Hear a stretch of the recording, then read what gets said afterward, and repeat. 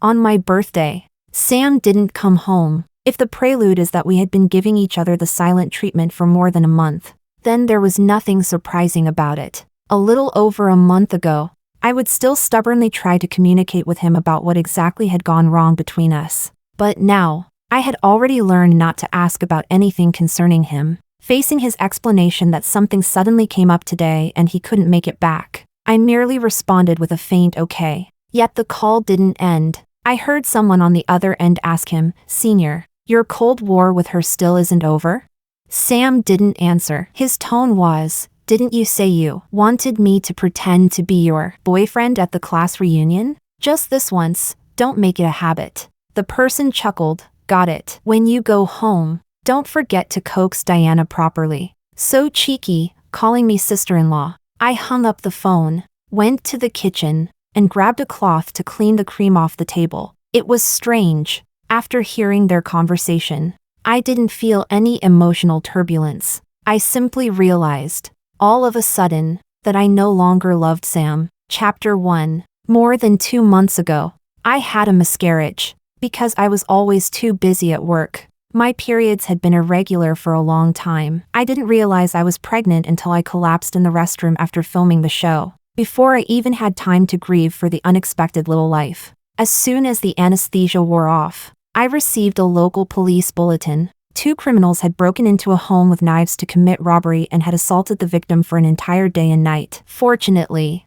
a food delivery worker sensed something was wrong and called the police. One of the criminals had been caught, while the other remained at large. The police had posted a wanted notice and reminded the public to stay alert. A colleague from the editing department sent me a video, adding, "This clip has nothing to do with the main case and won't be used in tonight's program, but I feel like you'd better watch it." In the video, my fiancé Sam was shooing away a reporter who attempted to conduct an interview, loudly calling for the paramedic stretcher. In his arms was his mentor's daughter, and also his junior from the police academy, Emma. The video replayed over and over several times. There were many onlookers at the scene, even though my colleague didn't put the video into the daily news material library. Different angled clips had already appeared on short video platforms. It's the super powerful duo. I'll gladly ship this Princess Carrie first. Are they a couple? This is important to me. Yet clearly, I was the one who was his fiancé. I comforted myself, thinking that they were senior and junior partners, and that helping each other in an emergency was completely understandable. But on the other hand, seeing the scene around me, I couldn't stop myself from feeling sad. The girl in the same ward as me had also miscarried accidentally. Her boyfriend was running around non-stop, practically wanting to help her go to the restroom himself. And I, before fainting from the pain, had signed the consent forms with trembling hands. The colleagues who brought me to the hospital gradually left, and Sam's phone remained unreachable. He didn't turn off his phone often, and whenever he did, it was always work-related, so I didn't call again. It wasn't until the next day that he finally returned a call. His first sentence was, "Sorry, Diana, my phone died yesterday, so it shut off. I'm only getting back to you now." I was sitting in a wheelchair at that moment, picking up my medication alone. Hearing that, I asked, "Where are you?" In my heart, I had wanted to ask whether he could come pick me up, but I didn't expect him to say, "I'm at the hospital." "Don't worry. I'm not hurt, it's Emma." I didn't respond, because I had seen it with my own eyes. I had seen Sam talking on the phone while pushing Emma out of the elevator. Emma held his jacket in one arm, the other arm suspended in a sling. She was wearing a plain cotton t-shirt and soft cotton slippers. What happened to her? I stared at them without blinking, feeling my jaw trembling faintly. At my question, he instead became irritated, didn't follow orders, acted on her own, got nicked by the criminal. I saw him glare at Emma. His lips moved silently, saying something, and Emma stuck out her tongue, pulling a pitiful "please forgive me" gesture. Sam's tone was helpless, so I have to escort this troublemaker back to the unit to receive punishment. I'm hanging up. He hung up, and only after he pushed Emma past the turnstiles did I finally respond with a soft okay. That day, I sat in the lobby for a very, very long time, long enough for my eyes to sting. It wasn't until the pharmacy called my name for who knows the how many th time that I wiped my eyes and went to pick up my medicine. At that moment, Sam only needed to look back once to see me. I only needed to call out to him once, and he would have heard me, but he didn't turn around, and I didn't call out either. He always told me, half helplessly, that the female officers in his unit were all tough, and that I was too delicate, that I couldn't even change a light bulb. And what would I do without him? But suddenly I realized that even without him, I had done so many things alone. Following tutorial videos, climbing on a stack of stools to change a light bulb myself, repairing the washing machine myself, preparing the wedding by myself, arguing with shady vendors at the renovation market by myself. Now, it was merely getting surgery alone, getting medicine alone, going home alone. It wasn't that without him I couldn't function, it was that without him I still could. Chapter 2. The director approved half a month of maternity leave for me. After the miscarriage surgery, it was no less than sitting through a mini postpartum confinement for an entire week. I lay in bed not wanting to move. Fortunately, when my friends heard that I had miscarried, they came over on their own, carrying bags of food and drinks to disturb my peace. The 3 women didn't know about Sam's situation, they simply thought I was in a bad mood. It's been raining every day lately, and you're just moping at home alone. Be careful you don't get moldy and sprout mushrooms. Look at your eyes, swollen like walnuts. As soon as they came in, they pulled open the curtains so the balcony light could spill in. Roxana wandered across the balcony with her arms crossed. Wow, you've taken good care of these plants. Ooh, even a fish pond. Diana, I've been thinking about what to put on my office desk. Give me a few pots. Luna rubbed her hands. Hee hee. If she's getting one, then I want some too. Because of Sam's job, he stayed in the unit dormitory most of the time and only came home during leave. Living alone could be boring, so I kept many green plants on the balcony. In the rainy south, the plants grew very well. I knew they were intentionally making a noisy fuss to cheer me up. I closed my tablet and smiled. Pick whichever you like and move it yourself. I can't carry them. The chattering women quieted down. Lisa looked at me, and her eyes reddened for a moment. That jerk Sam, at a time like this. He's not at home taking care of you. Where did he run off to? How nice. Even with my indifferent personality, there were still people who truly felt sad and upset on my behalf. He's busy, I said. Sam was responsible for that case, and the second robber was still at large. The suspect had extremely strong counter-surveillance abilities, and the pressure on Sam was enormous. No, call him. Lisa handed me the phone. Hands on her hips. I don't care if he's busy. Ask him when exactly he's planning to come home and take care of you. TSK. Look at you, eating takeout every day. Careful the director doesn't tell you to lose weight when you go back. I'm being wronged. I protested. Even if it's takeout, it's from a postpartum meal service. I couldn't win against her, so I dialed Sam's number. Hey, honey, have you eaten? Not yet. It was noisy on Sam's end. He truly sounded busy. I smiled, wanting to say something more, when a crisp, playful female voice came through the speaker. No, senior, I really can't handle this. Save me, please. Sam sighed, sounding like he got up from his seat, his tone helpless. What now? Troublemaker? My face turned pale, meeting my friend's awkward gazes. I forced a smile and explained. See? I told you, he's busy. Chapter 3. Let's set aside how Roxana and the others cursed Sam so thoroughly. The day I returned to work happened to be the day Sam had his break. My interviewee was a big shot, flying to London the next day, and had only reserved 1 hour for an interview. When Sam came home, I was just about to leave. We crossed paths and I paused for a moment. Seeing me in professional attire, he frowned. Going out this late?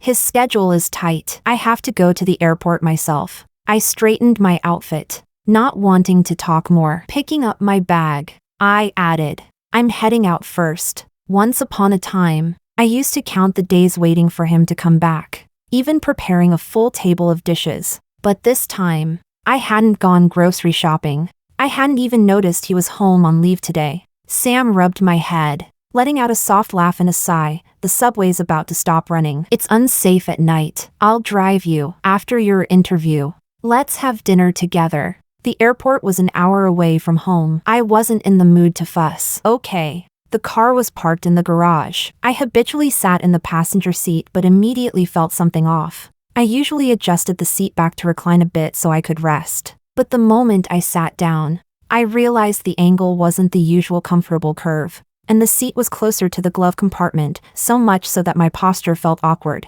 You let someone else sit in the passenger seat? I adjusted the seat to my usual position and asked. Oh, Emma, Sam admitted calmly, hands on the steering wheel, eyes straight ahead. She was off today too, so I drove her home. Probably adjusted it then. Just adjust it back. Just adjust it back? A sudden wave of irritation washed over me. Emma. Emma again. Always Emma. The fear of entering the operating room alone. The envy of watching another patient's boyfriend fuss over her. The embarrassment of seeing that video. The awkward glances exchanged between my friends. And the hurt of watching him interact with Emma. All of it surged inside me. These emotions shaped themselves into a faintly mocking smile. Sam, we're already engaged. Emma has no boundaries. And you should. Whether it was carrying her and shouting for a stretcher, staying with her overnight at the hospital, or letting her sit in the passenger seat, none of this should have happened. It wasn't that I cared about how many people sat in that seat. Nor did I care who he carried while working. I understood his ambition. I understood his busyness and absences. When he was on missions, I spent countless nights worrying about him. But what I couldn't ignore was his attitude. I cared about the Sam who rushed down a residential building with Emma in his arms, panicking so much he lost his composure and yelled at the media. I cared about the Sam who called her a troublemaker but still stayed with her all night at the hospital, not even having time to borrow a power bank. I cared about the Sam who, despite being overwhelmingly busy, forgot he was still on the phone with me the moment Emma acted cute. Sam, your heart has already tilted. Do you know that? Chapter 4. So what if it has? A hint of impatience flickered in Sam's eyes. Diana, it's just about the passenger seat. Do you have to make a big deal out of it and talk to me in this interrogating tone? When he didn't smile, his whole presence was sharp and intimidating. I was stunned, feeling my heartbeat speed up. Interrogating. What right did I have to interrogate him?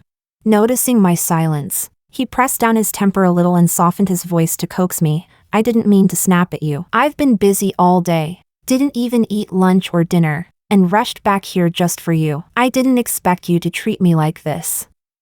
At worst, from now on, I just won't let anyone else sit in the passenger seat, okay? In 2 months it'll be your birthday. I remember. You know, I've cleared those days just for you. Wherever you want to go, I'll go with you. Let it go, all right? The car drove out of the underground garage and moved steadily along the main road. The streetlights were dim, and the wind outside the window lifted my hair. Sam, I've never doubted you. I closed the window, staring at my reflection in the glass. Speaking very softly, we had walked this road together for 6 years. At first, it was 2 people, 4 feet, walking this road back to the university town every day after our internships. Then it became 2 wheels on a motorcycle. I would always use hugging him as an excuse to secretly feel his abs. He was happy to let me, calling it checking training results. Later, it became this Porsche, paid for with the joint support of both our families, parked in the underground garage, free for whichever of us wanted to drive it. We had already paid the down payment on the apartment, and I had personally overseen the finishing work. I had long since prepared myself to live with him. Our wedding date was set for May 1st of the following year. Sam simply didn't understand that some things couldn't be avoided just because he chose not to take the initiative. I suppressed the surge of emotions in my chest and decided to be honest with him, including the miscarriage. Sam, everyone in your squad knows about our engagement. There's no way your junior, Emma, doesn't know. 2 years ago on Valentine's Day, we waited in line for ages at the amusement park, and right before we got on the Ferris wheel, she called you away. On our anniversary last year, I waited for you at the cinema door until the movie ended, and afterward you explained that Emma's work had gone wrong at the last minute and you had no choice but to work overtime with her. Why is it that every time something just happens to go wrong when we're together? Are there really that many coincidences?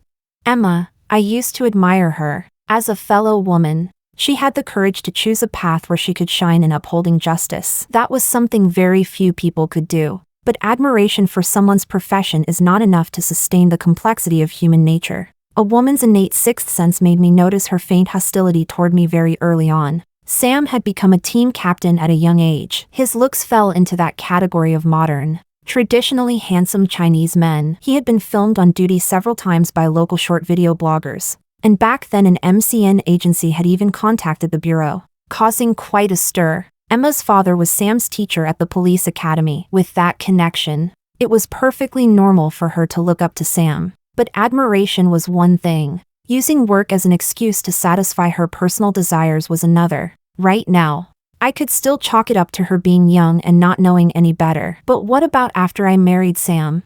How many more times would I have to put up with her calling him away at the last minute? I know her father asked you to look after her. But Sam, you're my fiancé. You should make things clear to her. Ah. Sam slammed on the brakes, bringing the car to an abrupt halt at the street corner. Are you done talking?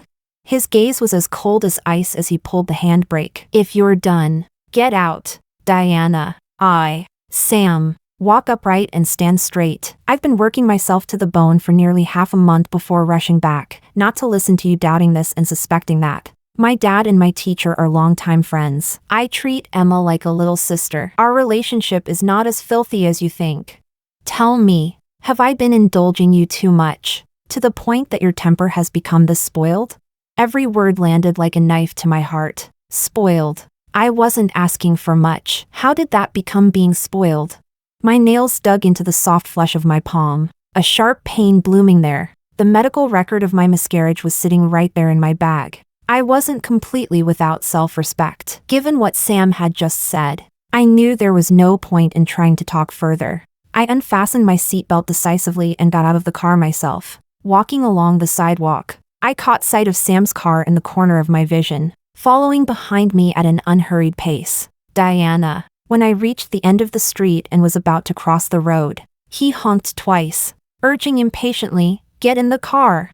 I flagged down a taxi and got in. To the airport. Please. Behind us. The horn of the Porsche blared loudly, but I ignored it and shut the door. Sam sped off in the Porsche, so fast the car stirred up dust and fallen leaves along the road. Had a fight with your boyfriend? The driver was a middle-aged woman, who, on principle of making peace, tried to comfort me. Girl, whatever it is, just sit down and talk it out. There's no problem that can't be solved. You know? I turned my head away and wiped my face, not wanting anyone to see my sorry state. What if it really can't be solved?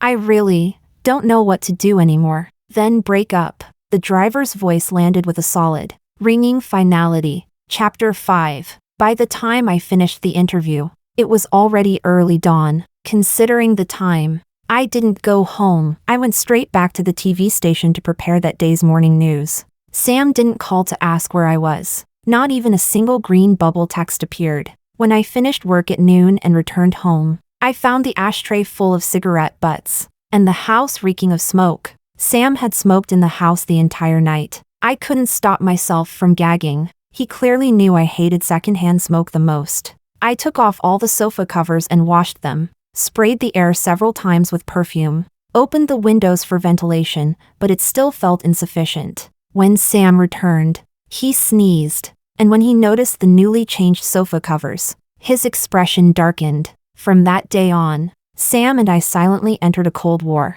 I no longer called him or asked if he'd eaten on time. Whenever he came home on break, I went to the station to work overtime. I no longer asked whether his missions were dangerous, nor did I stay awake entire nights worrying about him. At first, he seemed determined to fight it out to the end when we occasionally ran into each other. Neither of us spoke. The only conversation between us happened one day when I came home and tossed a lipstick into his arms. Found it in the passenger seat. Because of being on camera, I usually wore rosewood or nude tones for formal events. Sometimes I used true red. As for orange-brown shades, those had never been in my selection. I didn't care to find out who dropped that lipstick, or whether it was placed there intentionally or accidentally. I simply locked the study door, put on my headphones, and finally cleared a game I had saved for a long time. Sam slammed the door on his way out, Clearly venting his frustration, the loud bang shook the walls. In that moment,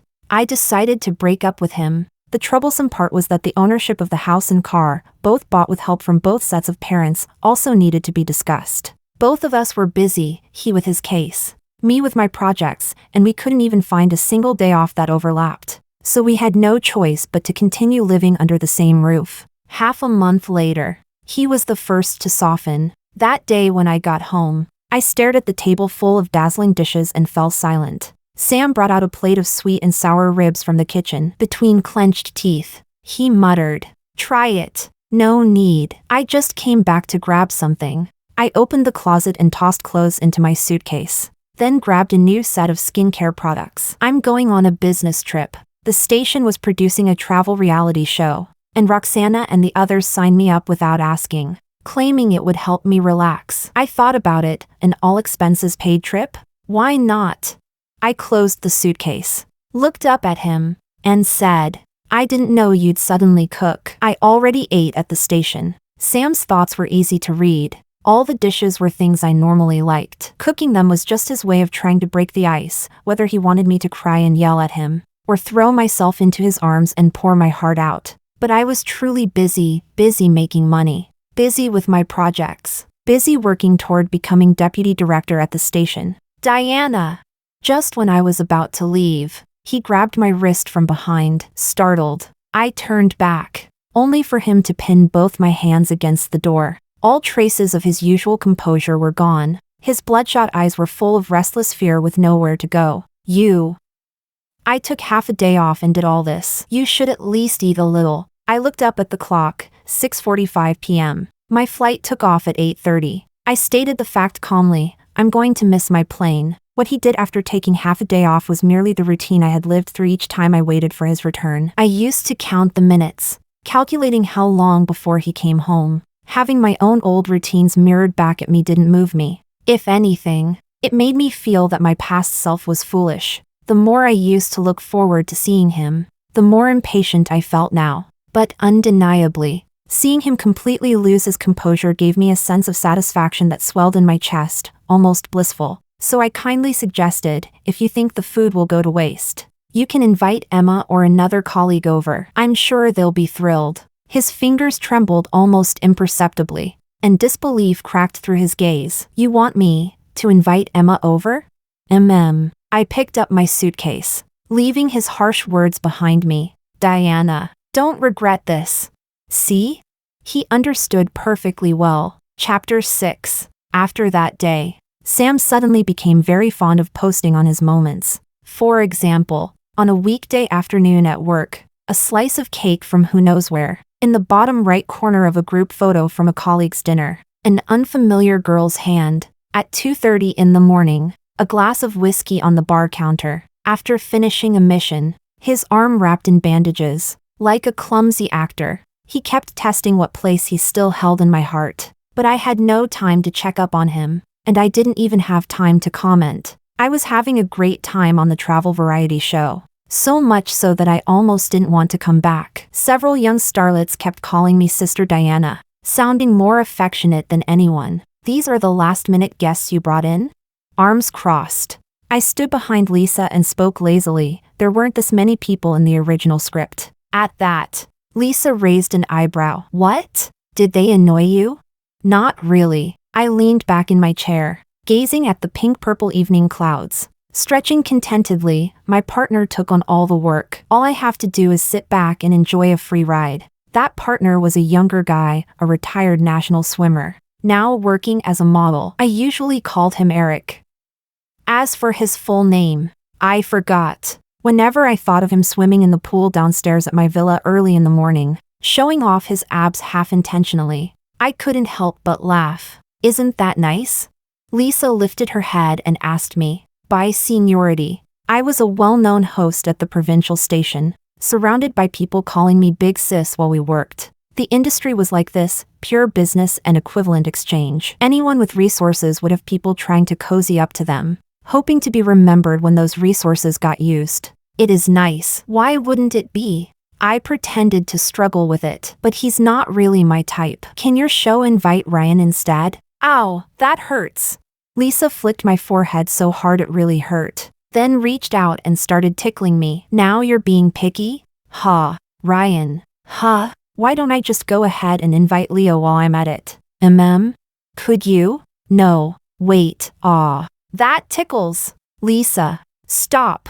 Ha ha ha. Ugh. The emotions I'd been bottling up inside for so long finally burst out. I only remembered clinging to her and sobbing my heart out, crying until my voice went hoarse. Lisa held me in her arms and gently patted my back. Bringing you here was definitely the right call. Okay. Don't cry. Help. I'm an earth sign. I'm terrible at comforting people. I should have brought Roxana and Luna along too. Ugh. Forget it. Just cry. Let it all out. It's good for preventing breast nodules. I burst out laughing through my tears. Unfortunately, I was only a guest for a few episodes. After a week, no matter how reluctant I was, I still had to leave. In a blind spot of the cameras, my partner handed me a folded note, his ears reddening. On it was his private number. I found it amusing and folded the paper again. Sadly, I'd bought too many local specialties. Once I had too much stuff, I forgot where I'd put it. Chapter 7. The variety show aired on my birthday. I didn't know whether Lisa had coordinated with the editors beforehand. Since I was a special guest, our group's screen time was longer than the others. Once the show aired, quite a few viewers started shipping me and my partner. Gentle intellectual big sister vs goofy poppy younger bro. I'd sign in blood to see them paired again. 2 people. Make that 3. Eric's abs. Slurp slurp. There are no abs in Sis's eyes. Only her determination to win. Eric's showing off like a peacock and somehow everyone ignores him at the same time. This is hilarious, ha ha ha ha ha. Reminder, there's a ring on her ring finger. What? My ship just set sail and it already sank?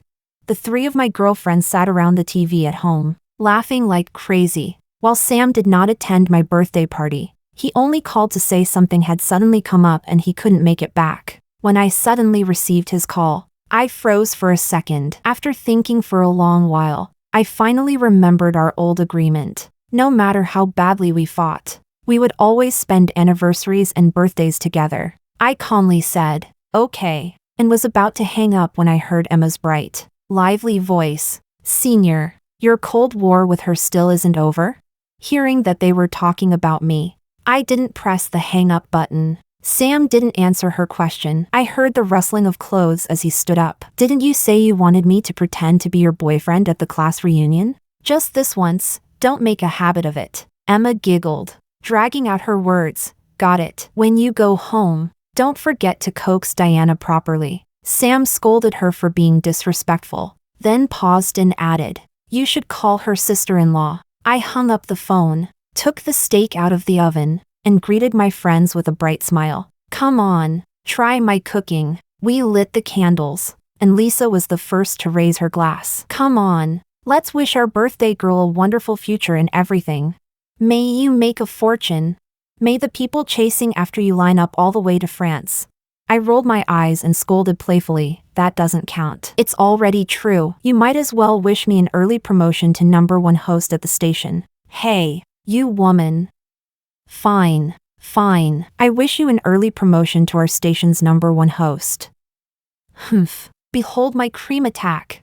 Everyone fooled around and played games, silently agreeing not to bring up Sam. Chapter 8. By the time the party ended, it was almost midnight. After seeing them off, I sat on the sofa, so exhausted I didn't even want to lift my hand. The living room was a mess. Sticky sauce clung to the leftover steak, and the butter on the plate had cooled into a translucent white. Staring at the engagement ring on my hand for a long time, I finally took it off. My slender ring finger was left with a faint indentation where the ring had been. I casually tossed the ring into my purse. Struggling to stand up from the sofa, I began cleaning the room. The remaining steak went into the trash. Plates clinked crisply as they bumped against each other. After finishing the cleaning, I turned off the living room lights and went to the bathroom to shower. Warm rose-scented water soaked my hair. The bathroom speaker was playing a Korean drama OST, and whenever it reached a part one liked, I would hum along.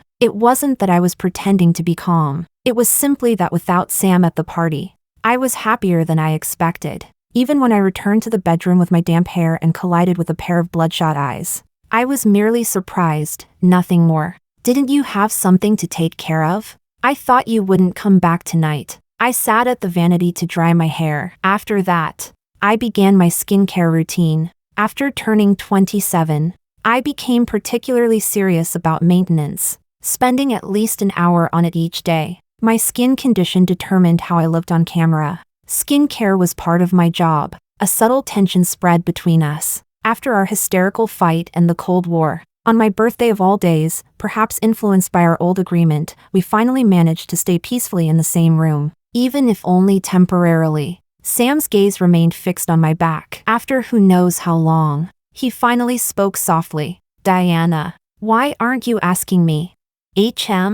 I checked the condition of my hair, satisfied, closed the cap of my hair oil, lifted the corner of the blanket, and lay down, asking about what?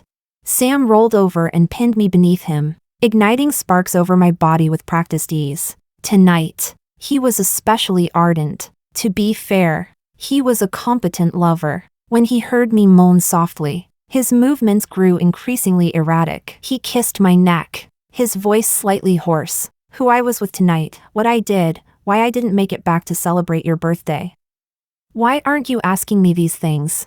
The intimate atmosphere instantly turned cold. Even though he was the one pleasing me, I suddenly lost all interest. Sam was always meticulous. If he hadn't done it on purpose, I would never have overheard his whole pretending to be someone's boyfriend at the class reunion conversation. But I couldn't give him the hysterical reaction he wanted. I could only respond coolly. Don't you always do this whenever you're sent on a last-minute task? I'm used to it. You don't need to report to me in the future. Asking or not asking would not change the outcome. So what was the point?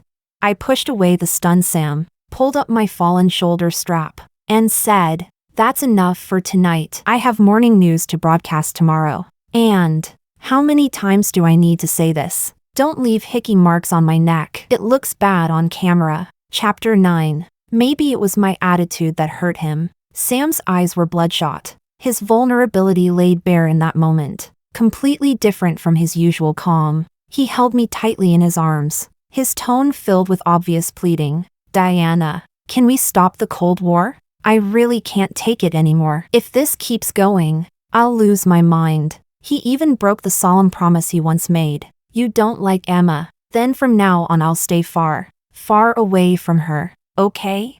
I remained silent. Seeing me say nothing, he opened his mouth again, panicking more and more as he tried to explain. Was it because I got angry and told you to get out of the car? I admit I have a bad temper. Later I bought a lipstick and left it in the car, thinking whether it made you happy or made you furiously question me, at least you'd talk to me.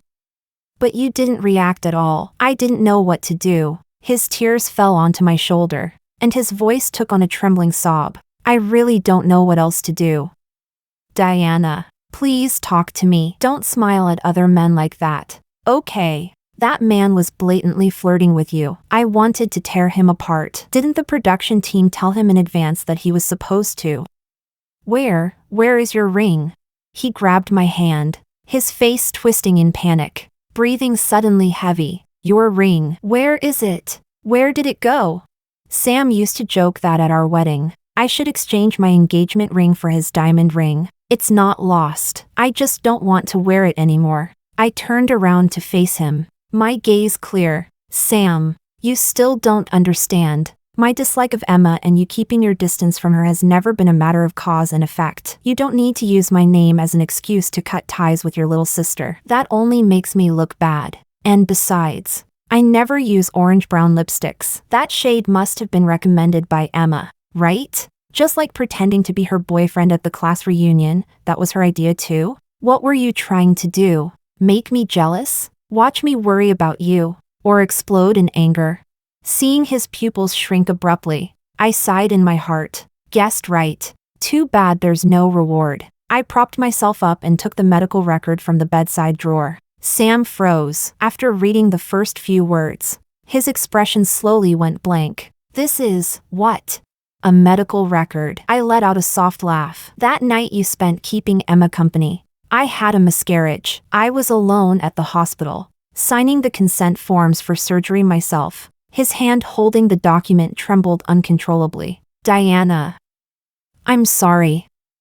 I didn't know. Of course you didn't know. I watched his collapse with clinical calm while I was signing alone. My dear fiancé was downstairs with another woman. Your phone was unreachable. When I went to get my medication alone, my fiancé and that woman walked out of the elevator laughing and chatting. You were so busy interacting with her you didn't even ask why I called you. Sam. I said his name, aiming the blade that once ripped me apart back at him, enunciating each word. You will never know how much it hurt in that operating room, just like how you're falling apart now. I feel nothing. When you have time, let's divide our shared assets. We're breaking off the engagement. I mean it. Maybe I should thank Emma. That phone call today confirmed what I'd suspected all along. I no longer loved Sam. Chapter 10. After that night, Sam began avoiding the topic of breaking off the engagement. According to him, I was still angry and hadn't forgiven him yet. He always believed I would forgive him. He started trying all kinds of ways to make it up to me. But the moment I thought about it, I realized just how much we had missed along the way. I refused all his invitations, VIP access to the Ferris wheel, the re-release of an old movie, concert seats closest to the idol. My reason was simple. All of these only reminded me of how humiliated I used to be. He abandoned me again and again. Why should I wait for him in the same place? In the end, news of breaking off the engagement reached both families. When they learned I had undergone a miscarriage surgery alone, Sam was punished by family discipline. He staggered home afterward, and when he saw me merely glance at him before continuing my call with a smile, his face turned even paler. His father even went to find Emma's father during work hours and said that if Emma couldn't keep her boundaries straight and caused this marriage to fall apart, the two families would become enemies, old friends for years, and he didn't give the other side even a shred of face. And frankly, it wasn't surprising. Our engagement banquet had been grand, attended by many influential people. If the marriage really failed, Sam's father would have nowhere to put his face. Just after finishing a live stream that day, I saw Emma waiting at the makeup room door, eyes red. Sis. She showed her police badge. We couldn't stop her. The makeup artist whispered beside me. Emma looked terrible. Foundation couldn't hide how awful she looked. I opened the makeup room door and gestured for her to come in. Before I could close the door, Luna squeezed through the gap and gave me a knowing look. So you're proud of yourself, huh? Emma had clearly cried, and through gritted teeth she confronted me. Yes. I like Senior, but I never wanted to break you two up. What gives you the right to say those things about me in front of him? Now he's ignoring me. He even deleted me. Are you satisfied? The makeup room wasn't soundproof. With her shouting like that, everyone outside would know what happened. I found a stool and sat down, smiling with a hint of carelessness. You really never thought of breaking us up? Yet we broke up thanks to you. A flicker of guilt flashed across her eyes. Holding a respected job, yet using work countless times as an excuse to satisfy your own desires, with absolutely no sense of boundaries. Emma, let me tell you, even if you two never slept together, your behavior is no different from that of a homewrecker. Exactly. Gentle Luna was anything but gentle with her words. Arms crossed, she added, sweetheart, people like you? We usually call you mannish pretentious coquette. I reached for my phone. I'm calling security. Emma's face flushed instantly. No need. I'll leave myself. Watching her flee in embarrassment, I suddenly remembered the past. The Diana who held 2 movie tickets, stomping her frozen feet outside a cinema while still glancing at the intersection. The Diana who happily went to ride the Ferris wheel with her boyfriend, only to end up crying alone inside. All of it was in the past now. Luna patted my shoulder in comfort. Security told her she can't go in. She actually flashed her police badge. How did she even get that job? And you were nice enough to save her dignity by confronting her in the makeup room. Look at whether she even appreciates it. I only reapplied my lipstick in the mirror. If things get too big, it'll affect work. Luna was furious on my behalf and kept lecturing. I'm telling you, being soft-hearted toward your enemy is cruelty toward yourself. Think about everything you suffered.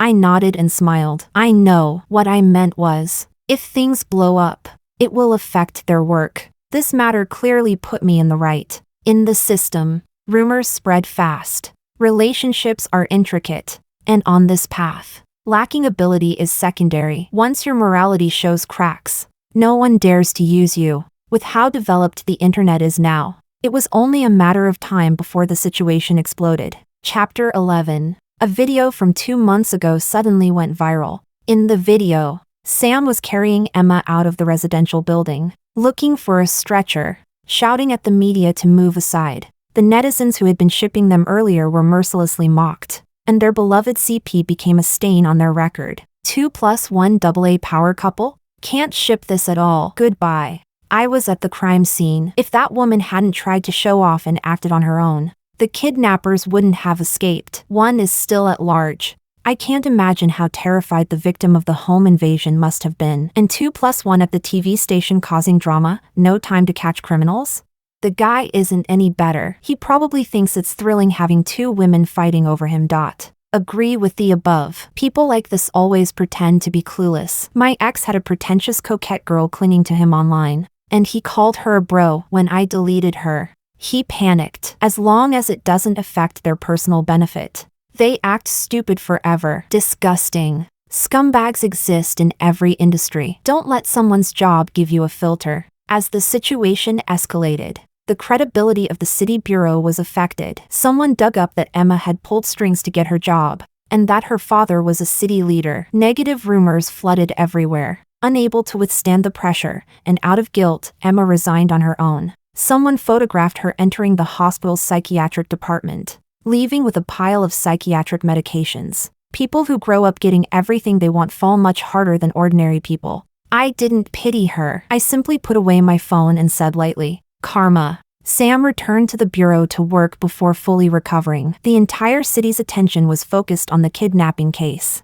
The kidnapper was still at large, and his pressure was unprecedented. One day when I returned home, the moment I stepped into the alley, I sensed something was wrong. Someone was following me. Hell, MMPH. The man behind me suddenly strangled my neck. I fought with all my strength, kicking and struggling, but I couldn't overpower the cloth covering my nose and mouth. No. I'm going to suffocate. Right before losing consciousness, I saw Sam sprinting toward me like a madman. Diana! His scream tore through the night. Chapter 12. When I woke up, I found myself lying in a hospital. My mom was wiping my face, using the same strength as when I was little. All these years, I've always wanted to ask her whether she was wiping my face or kneading dough. Mom. I opened my mouth, my voice hoarse. Diana. My mom's hand froze, and her tears fell just like that. The doctor came to examine me and said my coma was caused by suffocation. As long as I cooperated with a few tests after waking up and received some 4 fluids, I'd be discharged soon. I looked around the room and felt a sense of dread. Where's Sam? My parents exchanged glances and hesitated. Sam is still in the ICU. The home invasion robbery case that had dragged on for more than 2 months was finally solved. Setting aside the matter with Emma, in terms of criminal investigation, Sam was indeed extremely capable. The robber had escaped capture several times in a row. Driven into a corner by Sam, he hid in the sewers and survived by petty theft. Even before joining forces with another criminal to commit home invasion and rape, he already had a murder on his record. Back then, he had used the other guy as a scapegoat to escape. He knew if he was caught now, he'd be serving a very long sentence. At that moment, he spotted me walking home from work alone. He wanted to pull the same trick again, take a gamble, grab some money, and run far, far away. He never expected Sam, who had also been working late, to see him. During the fight, Sam arrested the kidnapper but was stabbed twice in the chest. His colleagues rushed over and called emergency services. It was said that as they pushed him into the operating room, he still forced himself to stay conscious and muttered, "So, that's how much it hurt back then." His colleagues shouted at him not to fall asleep, or he'd never wake up again. His last words were, If I don't make it out, help me tell Diana." No one knew what he had wanted to say. The surgery lasted an entire day and night. The lead surgeon said Sam was very likely to end up in a vegetative state. Diana. With things like this now, do you still want to break off the engagement? My mom asked me cautiously. She felt sorry for me and worried I'd be pressured by morality into taking Sam back. I stayed silent for a very, very long time before finally saying, "I'll wait for him to wake up, then decide." Chapter 13. After being discharged, I went to take care of Sam. It wasn't because of moral pressure or anything like that. He saved my life, so it was only natural that I take care of him. Sam's parents hoped I would talk to him, but when I looked at Sam, covered in tubes, I opened my mouth and didn't know what to say. In their desperation, the elderly couple even listened to the old woman's nonsense and knelt down to beg me, wanting to hold the wedding early as a way to bring good luck and ward off misfortune. They were scolded right back by my parents. My mom slammed my medical report on the table in front of them. "That's enough. I feel sorry for my own daughter. Want 2 children to get married regardless of her wishes? No way."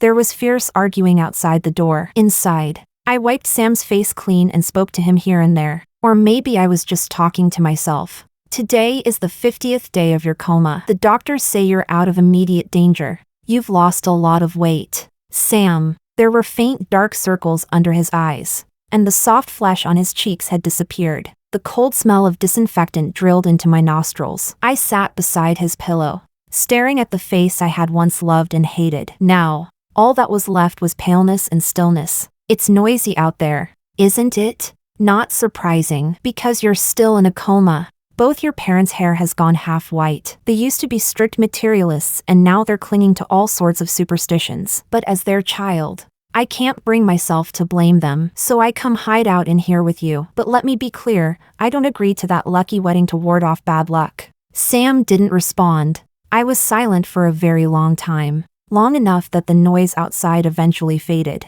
Then I heard my own voice echoing in the empty hospital room. "Not only that, I still want to break off the engagement. Do you think I'm cruel? You did save my life, after all." Saying this now really makes me sound like a monster. Sam lay there quietly, the beeping of the heart monitor the only proof he was still alive. That steady line was like a road with no end, yet also like the sword of Damocles, and no one knew when it would fall. But Sam, I've tried to convince myself. I tried to convince myself to agree to that lucky wedding, to convince myself to stay and accompany you for the rest of your life. But I'm really scared. I'm scared you'll never wake up again. I'm even more scared that I'll turn into someone ungrateful and vicious, afraid that as the years pass, I'll stare at your face and resent you for saving me, for trapping me in a prison woven from gratitude, a prison I can never escape. I can't forget the pain I went through. But now, even hatred has become a luxury. I couldn't love him, and I couldn't keep hating him either. Sam.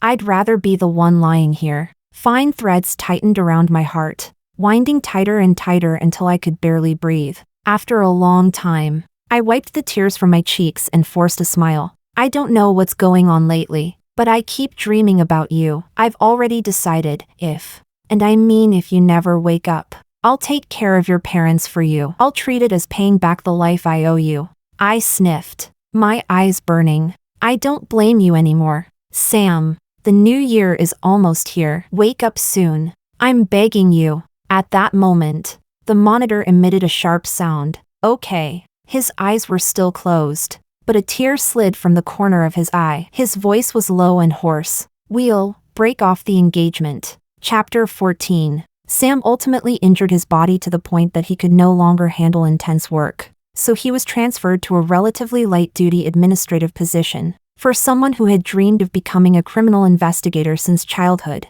it was a world-shattering blow. Not to mention, because the wounds were near his heart, he would suffer on rainy days for the rest of his life. After we broke off the engagement, the house went to me, and the car went to him. On the day we signed the agreement, we sat in silence. His eyes were red as he looked at me, as if wanting to carve me into his memory. "What are your plans after this?" I showed him the official document on my phone. "I'm going to Country Y to study." The Y Broadcasting Corporation was the largest news organization in the world. My previous director retired due to health issues, and after evaluating the situation, the station decided to send me for advanced training. When I returned, I would be promoted to Chief Director of Broadcasting. When he handed the signed agreement back to me, his hands shook so much he closed the pen cap several times before getting it right.